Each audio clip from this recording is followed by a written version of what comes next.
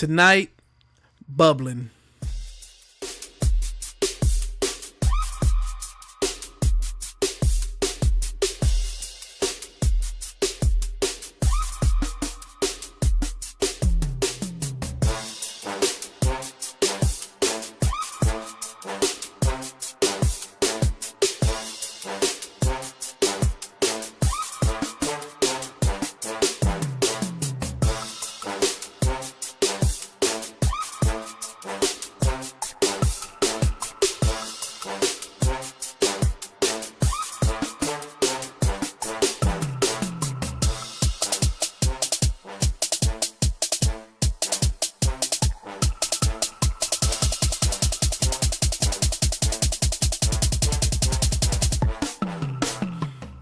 All right. Welcome to We Are Something Else. Woo! Episode 15. Sheesh. Wow. Man, this is getting real out here. I mean... It's getting real in the streets. We're on fire. All right, CB, what's up, brother? Everything's good, bro. How's it going? Chilling, man. Superfly? Yo, what up? Chilling. This is trash. That's all The right. weather, but we making it. That's Hey, all right. we're good. We're good. I think we have the skill set at this point to just get through it. I mean... Make it happen. Power through, right? Yeah. This ain't nothing. So I got a quick question before we get too deep into the show. Looking back 15 episodes, did you think, first of all, did you think that we would get right here to where we are right now? From episode 1 to episode 15. Superfly? Yeah. You know, it doesn't feel like it's been that long, but you know. Right. Yeah, no, it really doesn't seem like we've actually been doing this for almost 4 months. It's been a minute. Like, so, I mean, like I've said it before, I look forward to this. And consistent every single week. Like we haven't taken no weeks off, no Right. days off yet. I kind of did. I've fallen off. Right. I mean, well. But y'all to step in for me while I was out the country. Right, but we keep it pushing. I mean, Yeah. it's just, Exactly. it hasn't taken a break. Mm-hmm. Yeah, been no delay. I feel like you need other people to kind of keep you, you know what Right, I mean, keep you moving. accountable and keep you going. Right. But that's what it is, though. I think we can all feed off of each other, and we all give each other, just ideas or just motivation. Just keep going. Yeah. Do you remember episode 1? Oh, yeah. I mean, I loved episode 1. It was one of those things, like, because of the topic, talking about music. And Right. I mean, we started off thinking that we were going to be doing a 30-minute podcast and then realized pretty quickly that there is no way There's that was going to happen. Not to have a good podcast in 30 minutes Yeah, unless we cut a yeah. lot of the extra stuff out. I mean, and the thing is, the extra stuff is the stuff that we like, all the funny stuff, and the some of the goofy shit that we add in. Right. Like, And I think we've just been having organic conversations. yeah, I mean, this is the 30 minutes, I think, restricts us from being who we are. right, I think the hour that we have pushed it to, sometimes longer than that, right, is yeah. actually who we are. And I mean, really big ups to everyone that has continued to listen week after week, Right. because they're making it worthwhile when we actually see that there's more than just like our moms checking it I was about out. to say shout out to my mama Yeah. for supporting your boy's dream. Right. I'm looking back at my notes from week 1, and I'm just, like I said, we did top albums of 2017, right? Yeah. I'm looking at this list, and there's all the notes of being scratched out, and I don't even remember how long the first show was, but I remember we got through it, Right. and I don't remember. I do remember not really having like a format of. We had an idea of what we wanted to Right. accomplish, but I don't think we necessarily had. I think week after week it got Oh easier. yeah. I mean, hopefully it's continued to improve, but I Right. know at least in the beginning, a lot of the feedback that I was getting was, hey, there's a noticeable improvement that's happening each week, and you guys already sound like you know what you're doing. And I was like, man, Come bring it on, in, stop. bring it in. Let's hug it out. Look at it. Come on. I got a list of notes of topics that I wanted to talk about. Mm-hmm. Some of we've accomplished. Some of them we have incorporated within the show weekly. Yeah. Because right here I have sneakers. Right. And with the Like- For the Soul segment, we've able to talk about sneakers at least a little once bit a week. a little bit every week. We still have. I don't think the only thing we haven't really done that was on personal goal was to get the song done. Oh, true. Yeah. But eventually, maybe by episode 25, think we'll have the there. song done. We'll get there. But we talked about kneeling. We talked about Kaepernick's kneeling so far. Interracial dating. That was episode 2? Yeah. 2 or 3. Yeah, That was 2. That was episode 2. Okay. It's funny because so many of the things we've talked about, we already know that we're going to end up revisiting because there's no way that you can even contain some of these things within an hour. The 21 questions. Yeah. That was fun. that was raw and organic and right. Was that 3? That was episode 3. Okay. We had no idea what we were going to ask each other. No. And we just off It the was cuff. it was a fun exercise. Yeah. Got Superfly involved. Exactly. I had no idea was- that was coming. But as I look back, I'm just thinking, just all these things that we said that we were going to do, we've done, and I think that's just the mode for this year is, or just in life in general, but mainly this year is just the little things that you say you want to do. Just do it. Just do it. No, don't think about it. And don't push it and say that, oh, it's too far out of my reach. I don't have the resources to do this. I know other people that want to do a podcast. Yeah. So let's start with that. We said we want to do a podcast. Mm-hmm. We did all our research to plan out and do this thing through Google Chat. Google. Yeah. And we downloaded programs. We did a test run, and we were going to do it. Yep. And then just the doors and the gates of heaven opened up, and Superfly is on the Standing same right there. Is on the same page as us, wanting to do the same thing. Right. So you have resources. People who we have a friend who also wants to do a podcast. Mm-hmm. Just do it. Yeah. Mm-hmm. No, it's easy to sit back and say that you want to do it, and then it's easy to tell yourself reasons why you can't do it. Yeah. Just do it. Yeah. I have a mantra that I kind of play in my head. Just I say activity attracts opportunity. So just doing something, you never know where it's going to lead. That one thing might not make you any money, but people will see you doing that, and it might turn into something else. Right. You know? And again, like that feeds off. If you see somebody else doing, like you said, or you never know who else has the same idea, you guys can take it and run with it together, or just bounce ideas off each other. Hence why we have the auxiliary coming. Right. Yeah. Hence why we've done Superfly Friends. Mm-hmm. We are Superfly Friends. This Yeah. is just hence we're able to do things that we want to do, and then there's a lot more to come that we want to do. Yeah. That I think will set us apart from a lot of other people. Yeah. Now that's my next question. Mm-hmm. So I don't know how many other podcasts you listen to, but do you think that we have a product that stands out from everybody else? Because that's what we ultimately want to do. I mean, I don't know if there's been we're not creating a platform here. Mm-hmm. We're just making it way better looking than it's ever been. hey. No, but it's like because most of the podcasts that I do listen to are very specific. Like this is about fantasy football. This is about science or whatever. It's very specific, and we choose not to pigeonhole ourselves into one thing. I think putting ourselves in a box would limit a lot of the creativity that we all have, or the ideas that we have, and so that will create a certain type of audience. And then again, that pigeonholes you to a certain audience, and you won't be able to grow from there. Well, maybe you will, but I just think the creativity between us three won't allow for us to just sit right in a box.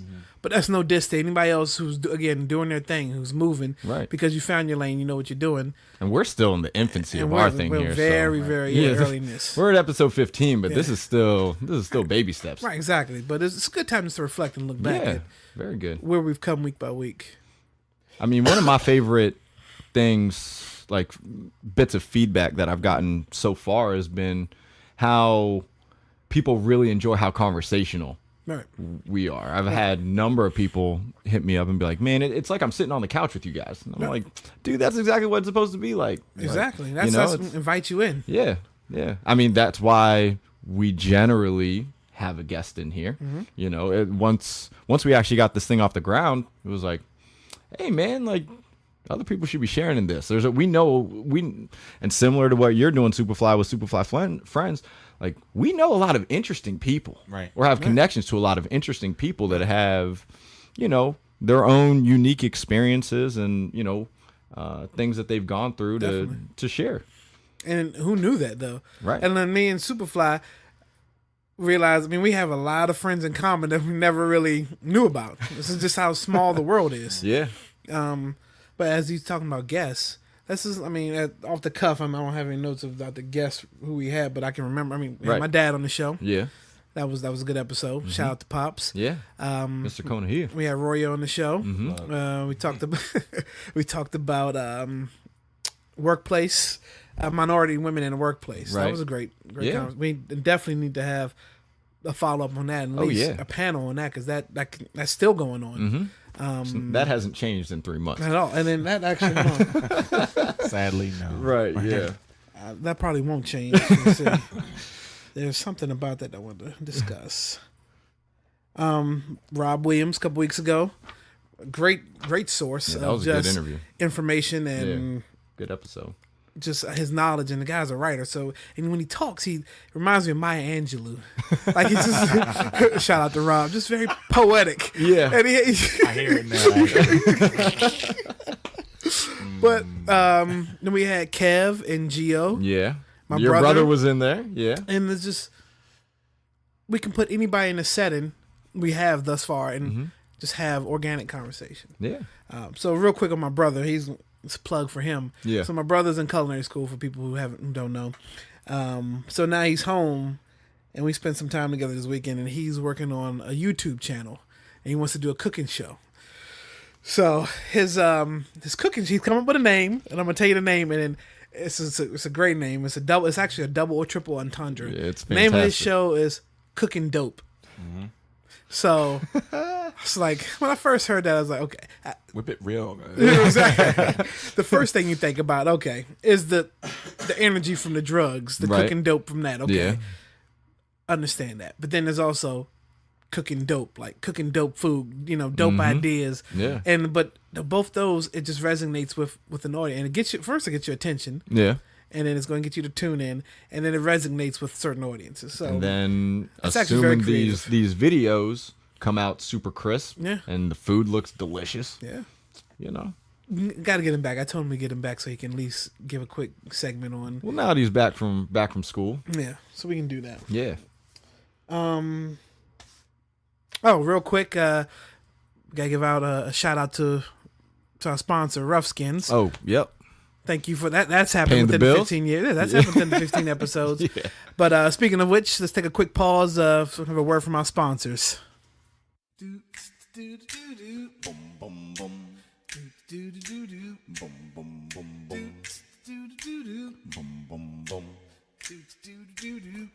Better to be safe than to be sorry before you raw dog at the party. So bring some protection before you get a little infection. That way you both can win when you wear your rough skin. Yeah. All right, so shout out to Rough Skins. Thank you for everything you've done, and hopefully we'll pick up some more sponsors the next couple of weeks or so. We've been pushing our product out. Right. Hopefully hear back from somebody. Yeah. So let's start with MJ or LeBron. I think that's a big topic right now in the news. The debate is old as time. It's always going to be. Arguing with the homies last night about this. Okay, so we were arguing about this when we were in Colombia. You don't even know. There's so many places to start with that. I heard. All right, I'm going to say this. I'm willing to give him the GOAT if he wins a ring this year. This year? 2018. Yeah. Ooh, okay. Given the supporting cast he has, I'm willing to give it to him. And the new heights that the enemy will be at. Because regardless of whether it's Houston or Golden State, they would not be favored to win that series. Not at all. No. And at all. I mean, they've done some of the metadata, crunched the numbers to find a way to prove that this supporting cast is one of the worst that he's ever had. Yeah. So, I mean, like, this team is not as good as the team that won the championship. Not at all. 2 years ago. The huge difference is Kyrie Irving. I think he became a star. Right. When LeBron got there. And I don't know why. Kyrie was done. He was divorced from that marriage. Mm-hmm. So no matter what LeBron could have done, and maybe he probably did try to work it out, knowing that a key piece that Kyrie brings, you're talking about an extra 30 points, pretty much a night. How ironic, though, is it? Would you have expected, I guess, of course not expected, but the Celtics are where they are without Kyrie. And Gordon Hayward. And Gordon Hayward. Like, that dude didn't even get to play because of what after the first game. Yeah. And then if you're the no Celtics, one saw that coming. if you're the Celtics now, are you valuing Kyrie as much as you did before? I mean, I think that they would have to be of the mind that there is no way that he doesn't take them to an even higher level. Okay, so I agree with that. I think they're really riding good coaching. They're riding off of great coaching, and they're riding Shout out off of Rusty. just a wave of just momentum. They're playing like a team. That's the difference between team ball and a team that has one or two guys Like that hero get you ball. there. Right. Yeah, these guys are playing team ball, and just think if they know they come up short this year, which I mean, it's possible they could win the series. Oh, Who yeah. knows? But they've blown 2 in a row. I mean, it doesn't really, LeBron in my has opinion, made it them- doesn't matter who comes out of Right. the East. LeBron has made them look like kids the past 2 games. Yep. But coming out of the series, if they lose or if they win, wherever they decide to leave, they know they will be 10 times better next season with a healthy Kyrie and Gordon Hayward, who still has not played since the first game of the season. Like, and we're talking his leg. That was in the first quarter. Right. And Like, he's this is in the beginning of the Right. game. He's actually ready to go, but they're not going to play this guy. No They're going to let way. him rest as much as he can. Yeah. Because that was a gruesome injury. Oh, man. But just Yeah. think about it. You add the dynamic of Kyrie. First of all, I don't think the Celtics would have been this far had Kyrie not gone there at all. Right. Yeah. He just Yeah, added yeah. a different swag to them, and that just shows you how much of a star he knew he was. Leaving Cleveland, and then the team that just happens to be in the number 1 and in the finals is the team that he went to. Yeah. Right. Yeah. It's I think probably he's got going to cut down though on his like usage, like his the time that he has the ball in his hands, because those young boys like But Scary How- Terry. how Scary great is that? Terry. one, it sucks that he's probably mad that he has to watch. But 2, to see how everybody has stepped up right. Yeah. and just they're going to be that much better next year. They released the all rookie team today, and Jason Tatum was on there. Why Deservedly wouldn't so. he be? Tatum now. Why wouldn't he be? Deservedly so. Why wouldn't he be? But if you're Tatum now, what are you thinking? Like, is there enough room for me here? Oh, no, yeah, Hayward definitely. and- I mean, No, definitely. just look at the Warriors. They let 4 dudes eat. Definitely. 5 gotta dudes know- depending. Like, You got to have a strong squad like that to compete with any team, any of the top 2 in the West. yeah, Right. yeah. Especially Golden State. So this brings you to the topic of, does LeBron leave Cleveland? I mean, I don't see it as much, Where would he go? and that's. LA. I mean, they talk about LA, but I don't see it. I don't Like, see. My argument's always been, I don't see him going to the West when past 10 years he's been number. He's owned the East. He's owned the the East East. belongs to Why him. make it that much harder as you getting older? I don't know. Right. Did you see Miami coming? When he left to go Miami, I saw. Well, I didn't see that. just So I now mean, I'm like, yeah, I yeah. can see him in LA. no one there. You're right. No Ultimately- one saw that coming the way it happened. Right. But ultimately, when you take a step back, it made sense because to actually get 3 players of that caliber together, Yeah. one of those situations had to be attractive enough for the other 2 to go. And let's be real. Nobody was No going one's to going to Cleveland. Toronto, No one was going and to no Cleveland. one's going to Cleveland. Not at South that point. Beach is a lot of fun. Yeah. South It was Beach is also a ton of fun. unprecedented, though, to have like players orchestrate that. Right. I mean, we are in, and if y'all don't feel the same way, let me know. But I think that we are in an age in the NBA where the players have never been stronger. I think no, that definitely. I think that there's, just a different level of influence that they have now than they used to. And me personally, I'm all for it. I'm Well, and I think that goes off of social media as well. That adds a very strong element to that. I mean, these guys aren't just Endorsements. these guys just aren't dudes that you see on television. And not anymore. everybody is business savvy. As they, I mean, back in the day, you had a couple guys that was getting all the love. MJ was getting all the love. Magic had big love. But your main guys, Shaq, Barkley. Penny, and those were the only guys that was getting a lot of love. Now there's a lot of side deals and a lot of things that other guys are getting love off of, and they're getting paid. LeBron has like a production company. He's doing TV and movies or whatever. On Everybody top of laughed at LeBron when he hired his boy to be his agent. Man, brilliant. They had his whole crew. Yeah, his whole crew. Yeah. It's like, are you Some kidding me? entourage shit. Brilliant, man. And look at him. It was dope. Just one, support your boy, that local boy, Came up with you. and he but you know that he knows the business. No one else is gonna give him a shot. You give him a shot. Now look at this. Yeah. It's crazy. So back to debate: MJ, Jordan. I mean MJ and LeBron. Yeah. I'm an MJ guy. Of course. I just think that the era of basketball which they're playing in, you can't compare the two. Yeah, I agree with that. Because you've had these guys now. I believe these guys would dominate the older days because the physique and just the type of athletes And the skill set, the man. NBA has turned out. I think they would run through the league back then. We noticed that when we were putting together our pickup teams, all-time pickup teams.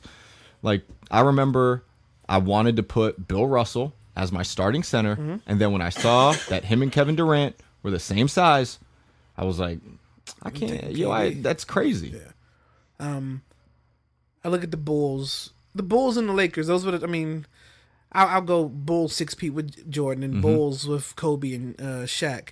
Lakers Those are with probably Kobe and Shaq. Oh yeah, my bad. Yeah. Lakers, Kobe, Shaq. Those were the two standout teams because the Lakers, Celtics. That was kind of a little bit before me really paying attention. So the Jordan, Kobe, Shaq era and all that was my era. Yeah.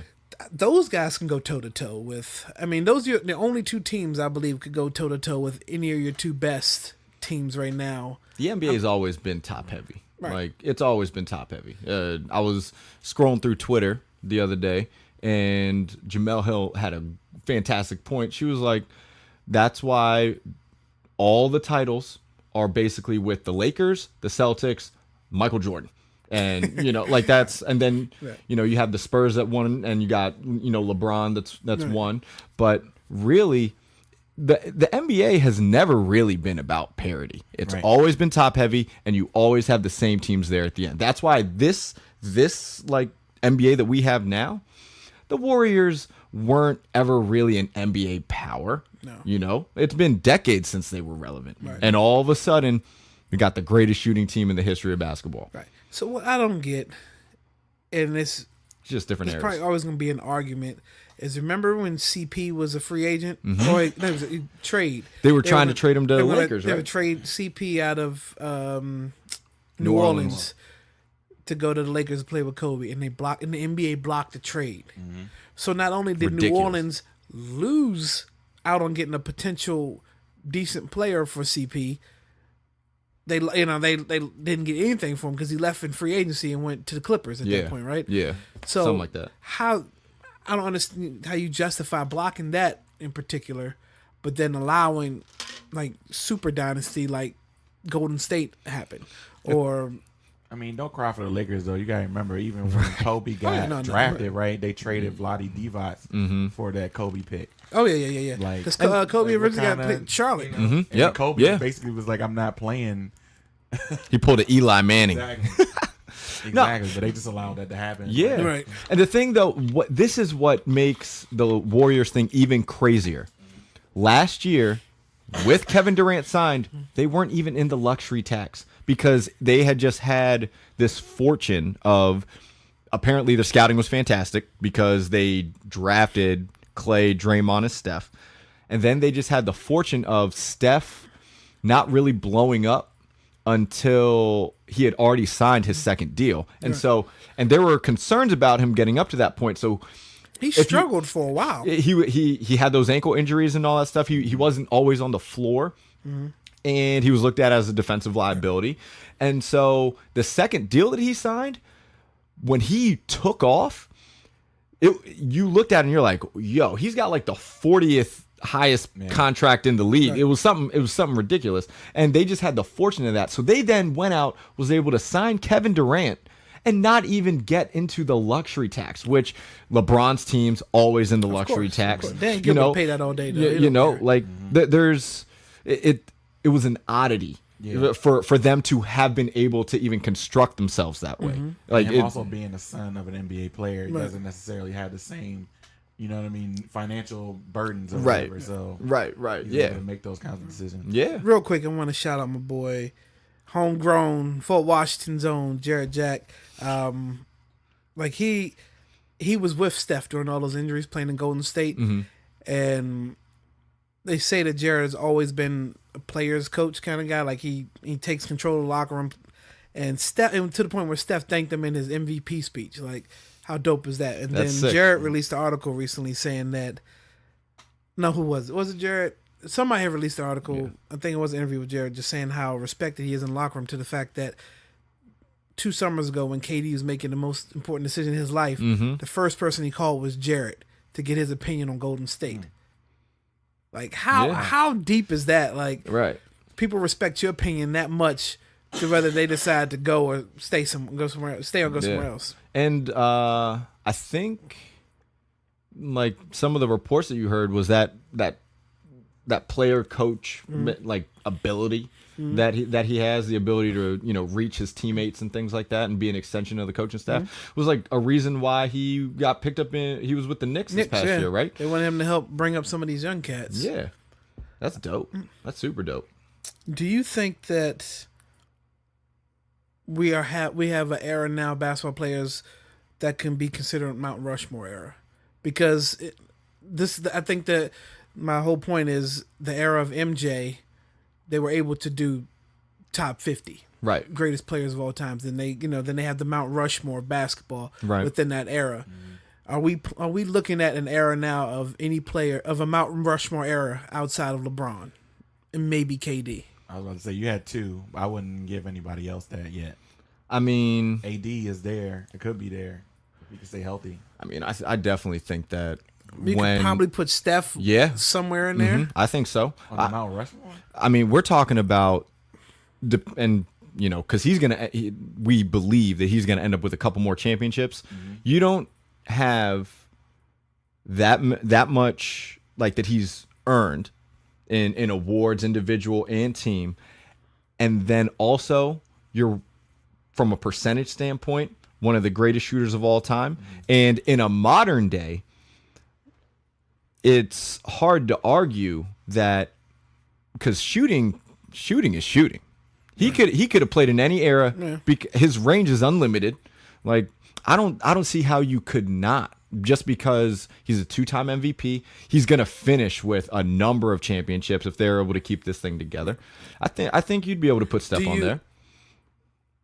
Would it be an easier decision to put Steph on there had it just been him, Clay, Draymond, Iggy?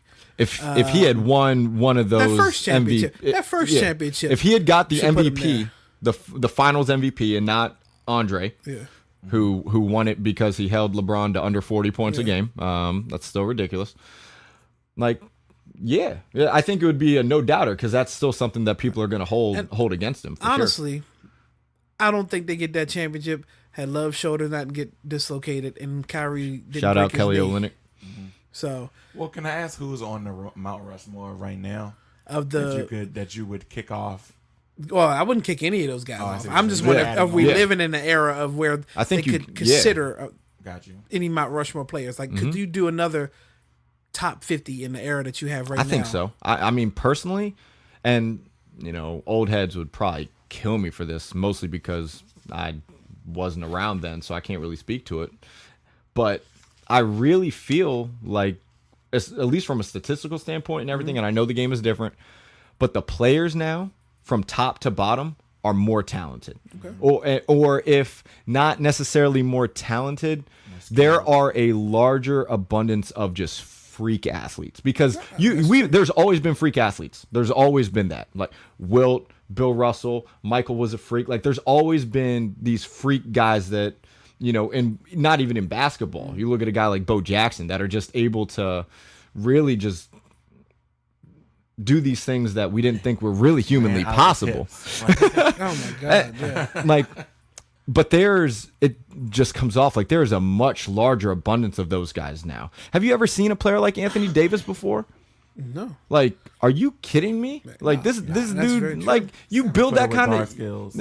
You build that kind of guy in a lab. Like that was a 2K NBA Live create a player. Right. That's not real life. Yeah, it was wild. I remember when KG got drafted. He was like the prototypical new NBA player, right? Right, exactly. Like AD, like his skill sets are like so Times far two. beyond. Yeah, he's like what that. KG was, It's like you having the amazing. Terminator and the T-2000. Exactly. Right. Because KG was a monster. Right. He was a monster. I think He's a guy that if you were talking about this modern, like, because I don't think he you made would top 50, because you didn't wouldn't he? shove him back into the older. He's easily a top 50. I think he made top 50 from that era, possibly. I mean, people forget that he was in the league for a long 20 time. plus years. Yeah. We have to look that up. Yeah, see we who's can look in into that. We have the era. technology. Yeah, we can do that. I think that looking at now, I mean, there are definitely, again, players that stand out now and in a whole new era, the type of player that could go. I would love to see. I was thinking matchups earlier. Mm-hmm. I would love to see Pippen and KD go at each other. Yeah. I mean, KD's advantage. One, his height, but his reach. Right. His wingspan is 7-footer. Yeah. Offensively, I think it's even, but I don't think KD has enough weight on him to really guard Pippen in the paint. Right. And personally, I don't think it's even offensively. Right. I think KD, you could make the argument, is the greatest scoring talent that the NBA has ever had, based off of what he can do. Because he can just do things that other players just physically could not do. We're talking about a guy with center proportions that, like we said earlier, the same size as Bill Russell, arguably the greatest center of all time. He is, according to Shaq. But this dude has unlimited range. Yeah. He can take you off the dribble. He can cross you and take you off the dribble and then just dunk on whoever's underneath the basket. Like, you haven't had, these guys are freaks, and but KD's I will say, a freak. Like, Pippen has the length. It would be. I'm not saying there's no, like, KD wouldn't dominate. Honestly, him. No way. That'd be a good matchup. I could be wrong. I think the guys in the Pippen era, they played a little. I think the physicalness. That game was much more physical. Those dudes lifted weights. What was the Bad Boys of Detroit? Right. I mean, those guys. I mean, they played. Yeah. And you put imagine a Dennis Rodman. Dennis. KD. Oh my god. Dennis would be afraid to. Dennis would be afraid to go. He wasn't afraid of anybody. No. Can you imagine Steph going against Stoudemire? Not Stoudemire, Marbury?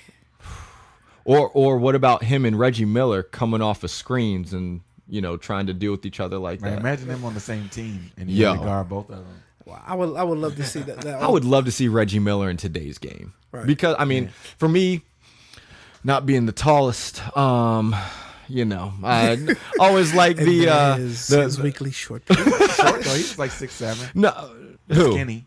Reggie Miller. Oh yeah, no, but I've always liked the shooters because realistically, I wasn't, I was only dunking in video games. That was it. Right. So my favorite player of all time is Tim Hardaway. Why? Because when I was a little kid, and I saw that crossover and a dude that was, hitting step back threes on people. And, I was like, yeah, that's the. So I always rooted for the shooters. On the side of his head. Like, I always rooted for the shooter. So Reggie Miller, I thought that, he was going to be the greatest shooter I ever saw in my lifetime as a kid. Then Ray Allen came along, and I'm like, all right, well, maybe this dude's the greatest shooter of all time I've ever seen. There's been a lot of great and now, shooters. We've lived in a great era of just. And now we got Steph, athletes. And it's like, yo, who's going to come through? Because it seems almost unimaginable. Somebody come through? And like, take what Steph's done to another level. Somebody just walking across half court and just shooting the ball. Yeah. Just jacking up threes from the inbound, Yeah. Could happen. We'll see. Yeah. All right. Switching off of basketball. Did any of you guys watch the Royal Wedding? No. I did not either. I did not either. I didn't I heard watch they it. got married though. Yeah, I heard it. I heard it was a beautiful. dope wedding out in London. I didn't watch it live, but HBO actually ran a Funny or Die special. Was it Funny or Die? Is that Will Ferrell? Is it Funny or Die special? Yeah. Will Ferrell as Cord Hosenberg and the girl Molly Shannon and Kristen Wiig. They did commentary on the actual live wedding. It was actually pretty funny. So at one point, and the thing is, they said we sent our information in so we can get close to the wedding, but they were like 3 towns over, set up at like a bridge, doing just literally live commentary. Some of it may have been scripted. I'm guarantee a lot of it was not. Right. To the point where they're talking about, and Tim Meadows was there. Tim Meadows he was actually there at the live crowd of people were just waiting to see the parade go by after the wedding. So Tim Meadows is playing his character is more. He's actually himself, but he's playing like a depressed comedian who all he does is eat now, and he's just every time you chime in, he's like, "Hi guys, I'm here live with the audience." Blah blah blah. He's like, "Man, they're eating hot dogs out here. Sure, I'm hungry." So that's what kind of his thing. And he was like, "Right here, I found the livest person out here right now, waiting for the royal parade to come by." And they zoom in. It's a guy asleep on the grass. So it was pretty good. So if you got HBO or even probably YouTube, it is on. But check that out. Yeah, Will Ferrell plays a guy. He does him in a commercial too. He's a bald-headed guy, Cord Hosenberg. And at some point, they talk about fears. That's what they were. They were watching the parade go by, and he was like, I just can't help but think how dangerous those horses are. So you have the bride and the groom, the prince and duchess or whatever. Yeah. They're in the horse carriage, whatever. And the only thing he's thinking about is the horses. Like, these horses are dangerous. And she was like, "What's wrong with the horses?" He's like, "If you don't know, I have a fear of horses." She's like, "Well, actually, I did know." She's like, "And I used to have a fear of ticks." He's like, "Ticks and horses are 2 different things." But she's like, "I got a way to help you get over the horse fear. Is I brought a box of different size horses, and we're going to start small, and we're going to just help you. You're going to hold each one at different size. We're going to help you get through this." He's like, "Okay." She's like, "Just close your eyes. I'm going to reach in this box and hand you a horse." So he closes his eyes. She reaches in the box and pulls out a little tiny baby horse, right? And she puts it in his hand. She's like, "All right, now open your eyes and conquer your fears." He opens his eyes. He's like, "Get the fucking thing out of my head." He just like freaks out. So it's pretty funny. Check it out. Yeah, got to. But I will say, I heard one thing on the radio talking about the royal wedding, how big that was just for America, Yeah. Americans, and just the Brits, because the wedding that they had a black gospel choir sing. They had, I think it was a black preacher or come in and give like the blessing or whatever, but it was everything outside of what they're used to over there. And it was just saying how big that was for Prince Harry and his wife to come up with, to do that, to show that we're going to put this, since this is on display, we're going to show you how we can get along. We're going to get this, we're going to get along. You have a black princess and a white prince, and we're going to show you how we can make everybody get along. Yeah. What does that say though? Like when, if you put that against the juxtaposed to Make America Great Again, right? And and like is Britain trying to take, and I know like people talk about how China's like really trying to lead, be the take the US's place in leading the world, but it seems like Britain is also trying to make that right. I think it was a great message. I think that we need more stuff like that. We need more people to test the boundaries, or just to use their platform as something to show you, like, you think they would come on for our next episode talking about interracial dating? We could try. Why not? Let's try. If they're not on their honeymoon. Right. Let's just try. Why not? It couldn't hurt. What was I going to say? Oh, about the royal wedding. So apparently it was, but a couple hours, like on the, because they're ahead of us, right? So people who got up at 4 a.m. to watch it, more power to you. Right. It's like, they're looking at it as fairy tale and fantasy. It's like, I'll catch it when I catch it. But the little bit I did see, it looked like it was actual pretty decent event. I mean, I generally don't watch weddings unless I'm there. So, I mean, no offense to them. The only time I've ever gotten up that early to watch something was like during the World Cup. Exactly. Like, that's it. I did get up to watch Princess Dia's funeral. Mm-hmm. And because I think that was huge for that time. What do you think that they're almost kind of setting her up to be to kind of they're setting her up for something big. They're setting her up for something big over there. I mean, well, just the media in general, just for that whole situation. I mean, they're going to get more spotlight than 45 and his wife. I mean, we're talking about it, as far as sports, like there's social media and stuff now that they didn't have, 10, 15 years ago. Like it's a different world. Speaking of 45 and his wife, the only time we'll ever really talk about him, he tweeted, he says, "I wanted to welcome Melody home to the White House from being out the hospital." Right. I mean, we know that his spell check game isn't the best, but bro. That's all I got to say about it. Damn, man. Let's talk Caps. Yeah. Let's talk Caps. By the time this comes out, by the time this school, it'll all been decided. Right. Game 7, but let's talk up to Game 6. When is Game 7? Tomorrow. Okay. But I was praying for rain today. Let's talk. Hoping my softball games get canceled. let's talk about. This is why I can't put my faith in DC teams. People want to know why I don't like the Redskins. Well, you don't like the Redskins because you're a Cowboys fan. Well, I grew up a Redskins fan. And let me tell you, I stopped liking the Skins the year after they won the Super Bowl. They won the Super Bowl, and I was like, okay, I'm done. I don't like them anymore. And honestly, I BS you not. Mark Rippon was MVP, the whole going to Disneyland commercial. Didn't the Cowboys win the next year? Yep. Because we won in 91, and they won in 92, 93, and 94? Or next 2 years, and then took 1 year off. Then they got Deion. So then the Giants have one in there? NFC Giants East before. NFC East owned the early 90s. Giants is before. 90, Skins 91. But Cowboys this is why.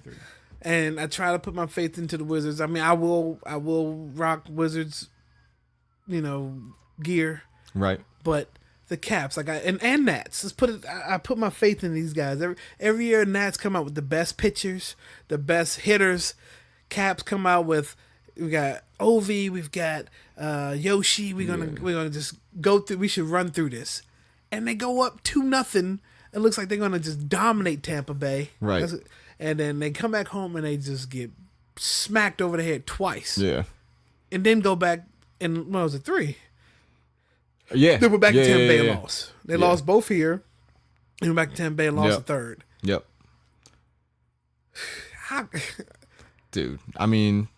And Superfly, you can probably speak to this even just a little bit better than I can just because you have a couple years on me. But it's like I haven't experienced any kind of success as a DC sports fan. Like I got nothing. Yeah, I was alive when the Redskins won the Super Bowl, but I was a infant child. Like I don't know. I was blacked out, man. I don't remember any of that stuff. Yeah. Like, come on. Yeah, I remember learning how to play the saxophone, learning Hell of the Redskins on the saxophone. I think I was in the 6th grade when they won.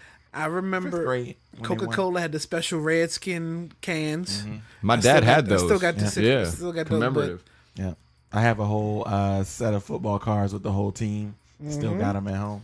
At my parents' house, not home. But I mean, I talk about as a DC sports fan, like that 2012, that first year that RG3 was with the Skins is like the most exciting football season that I've had. Yeah, like that I've had as a fan. Like there was a sense of hope.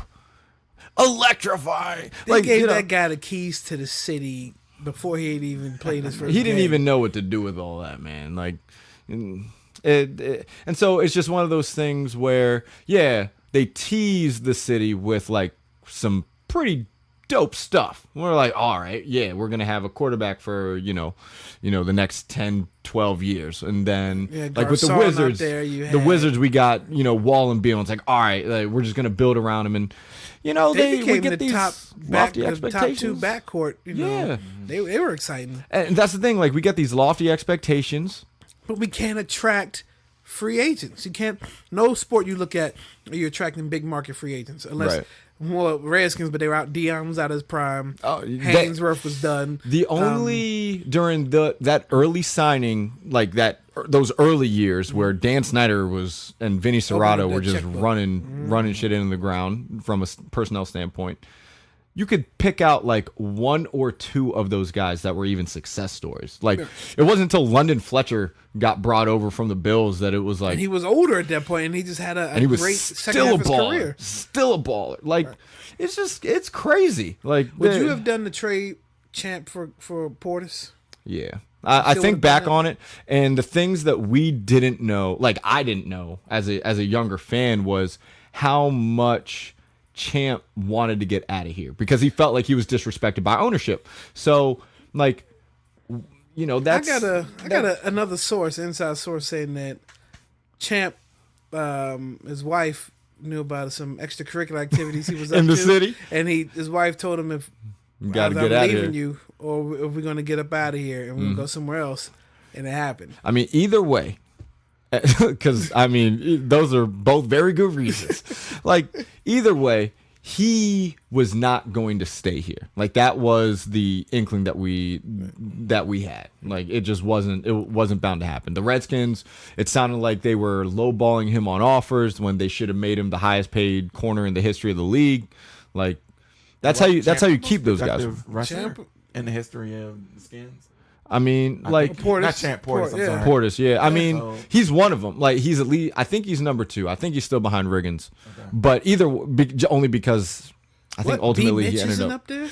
B. Mitch has a bunch of stuff. B. Mitch was all purpose. Yeah. But it's like, at the time, Portis was a force. Yeah. And then, Denver still continued to churn out like some pretty good running backs. But Portis, from a talent standpoint, was special. Right. And this dude, he ran for 1,500 yards. He was averaging 5.5 a carry.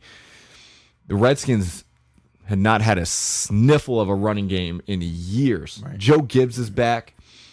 He needed his John Riggins for a second go around.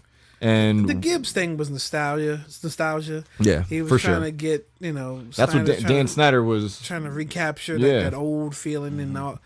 And it just, I remember one specific game play.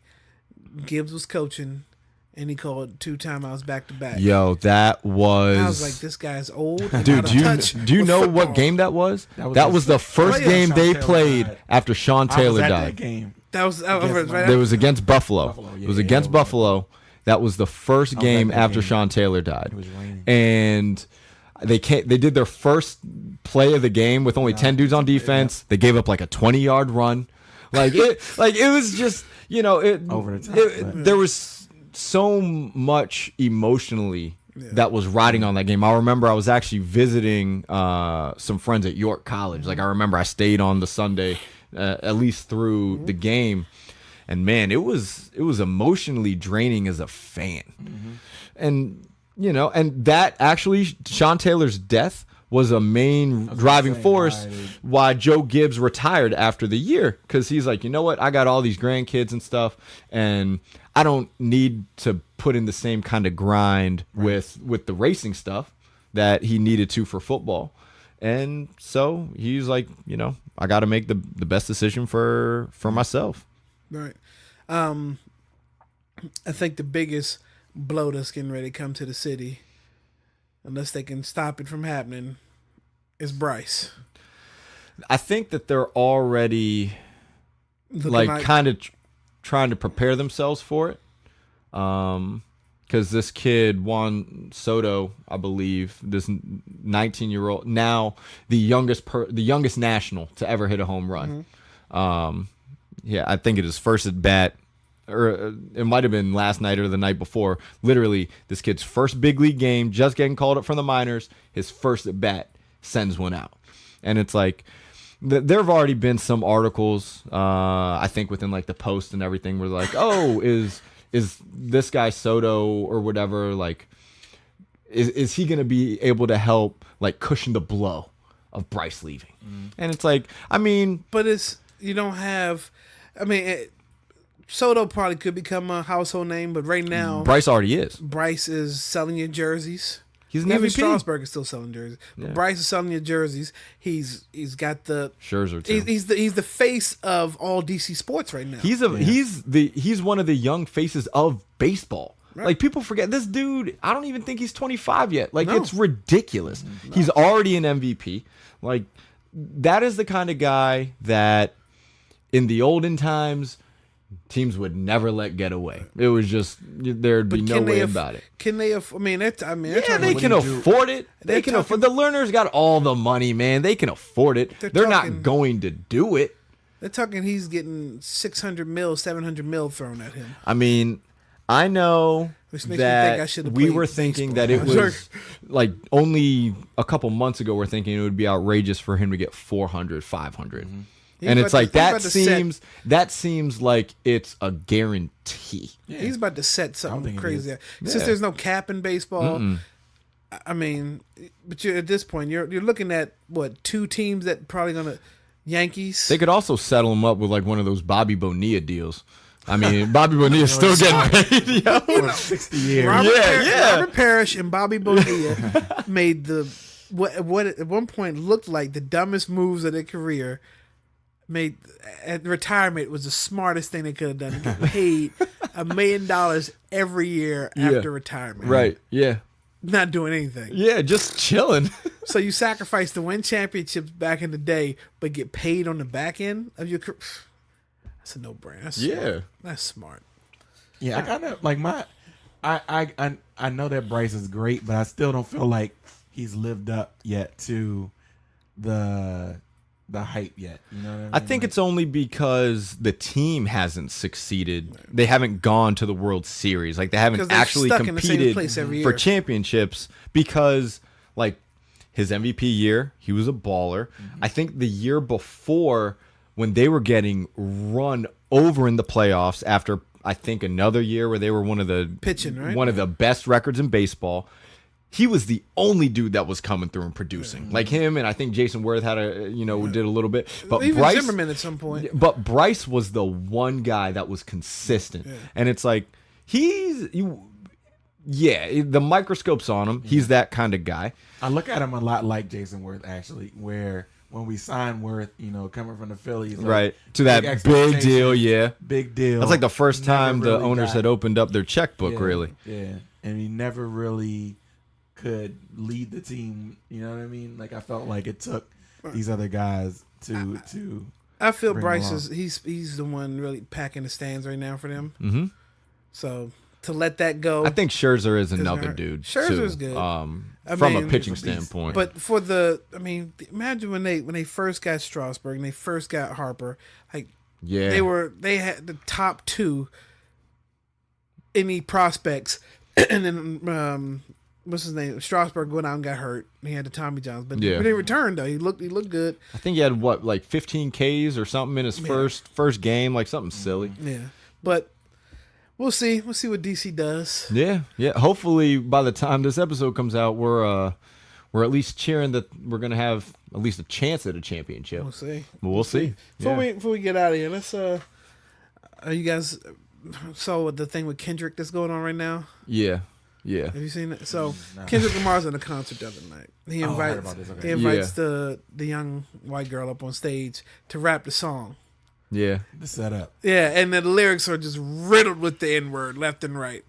And she sang it the same way that she did in the car. She raps. She leans into it when she gets to that part. God. They're in Alabama, right? That's what I think they are. I don't remember where the show was.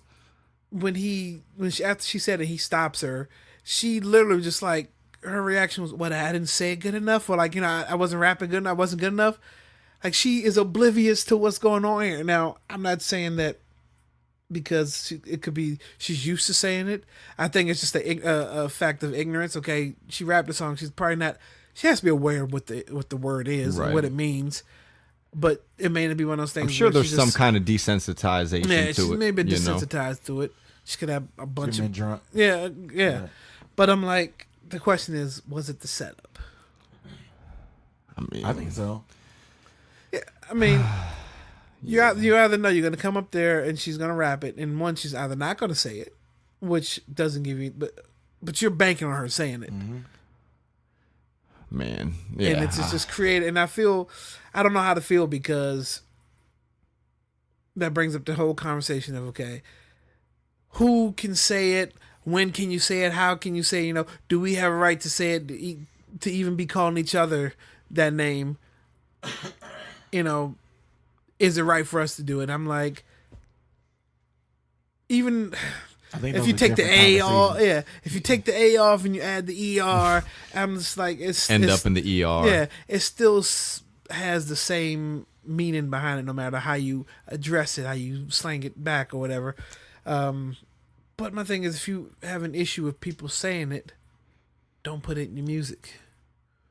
If you're worried about somebody repeating your lyrics, and whether you're around or somebody else is around, or even an opportunity to give them to say it, don't put it in your music. I think it's really tough, because I think for a lot of artists, they can come out and say, well, you know what? This wasn't intended for this person or that person or whatever.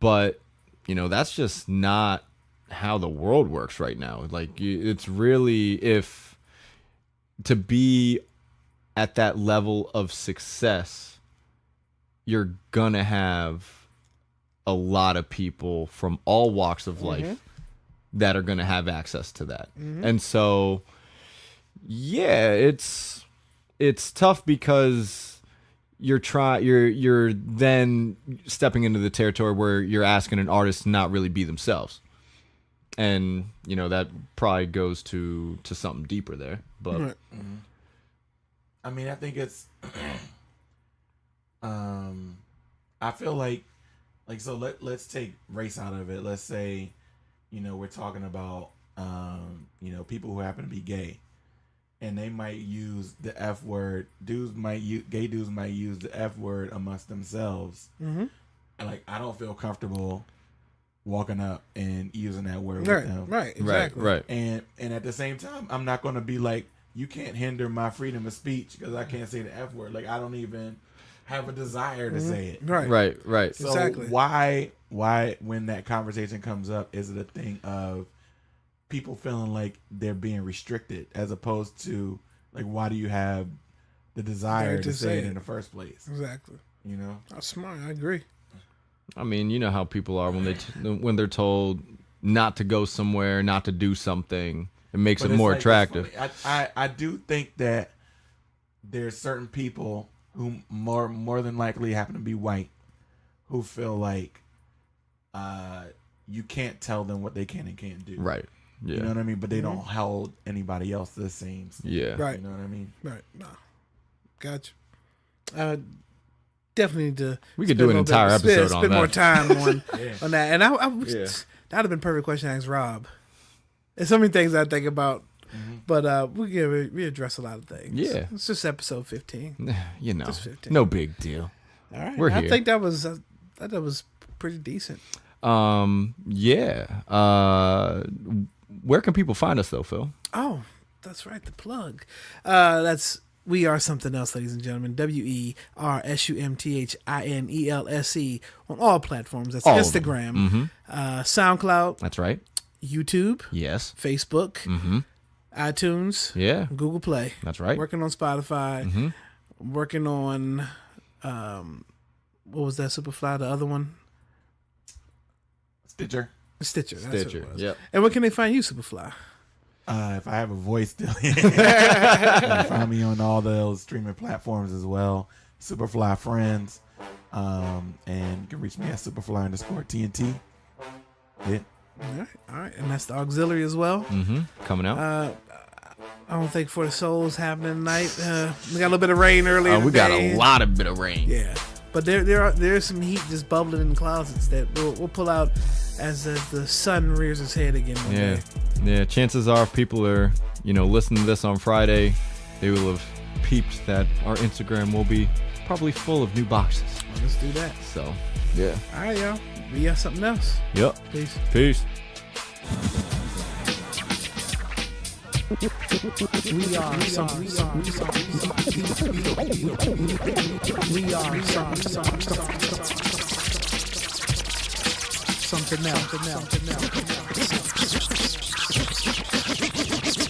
Nobody would know, that's why this is something for the radio. Nobody would know, that's why this is something for the radio. Nobody would know, that's why. Nobody would know, that's why this is. Nobody would know, that's why this is.